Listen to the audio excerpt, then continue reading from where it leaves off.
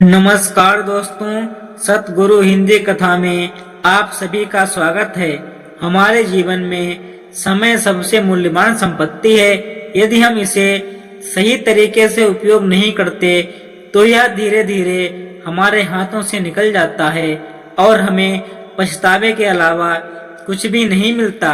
कई बार लोग सोचते हैं कि थोड़ी देर खाली बैठने से कोई फर्क नहीं पड़ेगा, लेकिन यही आलस्य धीरे धीरे आदत बन जाता है और हमारे विकास की सबसे बड़ी रुकावट खड़ी कर देता है। दोस्तों, आज हम आपके लिए एक आलसी युवक की कहानी लेकर आए हैं। कहानी बहुत ही प्रेरणादायक होने वाली है, तो कृपया वीडियो में बने रहें। एक छोटे से गांव में रवि नाम का एक युवक रहता था।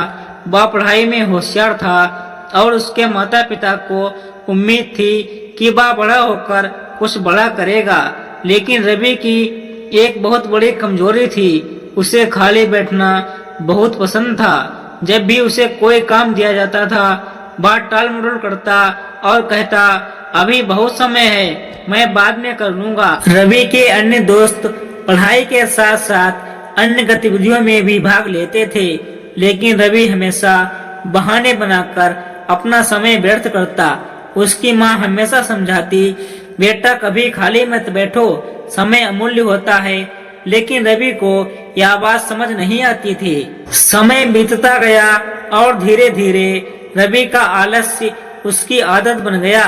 वह दिन भर इधर उधर बैठता, कभी खेतों में सोता तो कभी दोस्तों के साथ बेकार की बातें करता। एक बार की बात है, रवि के गांव में एक बुजुर्ग संत आए।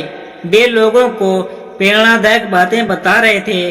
उन्होंने कहा, मनुष्य का सबसे बड़ा शत्रु उसका आलस्य है। जो व्यक्ति खाली बैठता है वह धीरे धीरे अपना जीवन बर्बाद कर लेता है और समय को व्यर्थ करने वाला व्यक्ति एक दिन पछताता जरूर है, लेकिन तब तक बहुत देर हो चुकी होती है। रवि यह बातें सुनकर थोड़ा प्रभावित हुआ, लेकिन फिर भी उसने अपनी आदत नहीं बदली। कुछ साल बाद गांव में एक बड़ी कंपनी आई जो योग्य युवाओं को नौकरी देने के लिए इंटरव्यू कर रही थी। रवि के दोस्त मोहन और अजय ने इस अवसर का पूरा लाभ उठाया और अच्छी नौकरी पा ली। रवि भी इंटरव्यू देने गया, लेकिन जब उससे पूछा गया कि उसने अब तक क्या किया है तो वो चुप हो गया। उसने ना तो कोई कौशल सीखा था, ना ही कोई अनुभव प्राप्त किया था। नतीजा यह हुआ कि उसे नौकरी नहीं मिली। जब रवि ने अपने दोस्तों को सफल होते हुए देखा तो उसके दिल में गहरा पछतावा हुआ। उसे पहली बार एहसास हुआ कि उसका खाली बैठना ही उसकी सबसे बड़ी कमजोरी है। रवि का बदलाव और उसकी मेहनत। अब रवि ने ठान लिया कि वह कभी खाली नहीं बैठेगा। उसने छोटे छोटे कामों से शुरुआत की। अब वह सुबह जल्दी उठता और पढ़ाई करता, गांव के बड़े बुजुर्गों से सीखने लगा, समय का सही उपयोग करने लगा। कुछ ही महीनों में उसकी सोच और आदतें पूरी तरह बदल गईं। अब वह खुद को पहले से ज्यादा ऊर्जावान महसूस करने लगा। धीरे धीरे उसने नई नई चीजें सीखनी शुरू कर दी। किसानों से खेती के गुण सीखे, बढ़ई से लकड़ी का काम सीखा, अपने पिता के व्यवसाय में भी हाथ बटाने लगा। रवि की मेहनत रंग लाई। एक दिन गांव में एक नई तकनीक वाली खेती की योजना आई।